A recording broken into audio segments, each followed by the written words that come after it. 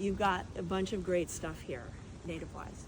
You've got the American hornbeam, you've got the eastern redbud over there, and then you've got the catalpa up there, and then the black walnut.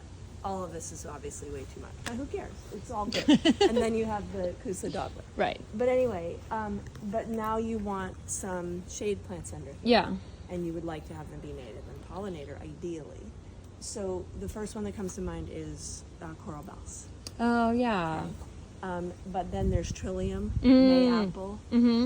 You've got your smooth or false Solomon seal. You've actually got some of that Solomon seal around the corner. You could grab some of that.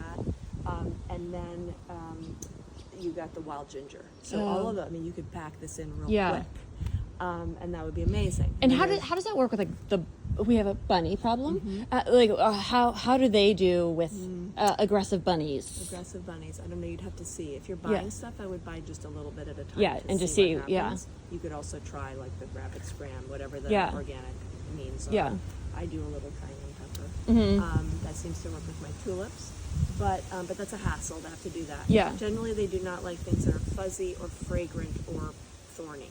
Okay. So of those things, none of those are any of those. Right. Yeah. The shade ones are trickier. Yeah. Yes. So you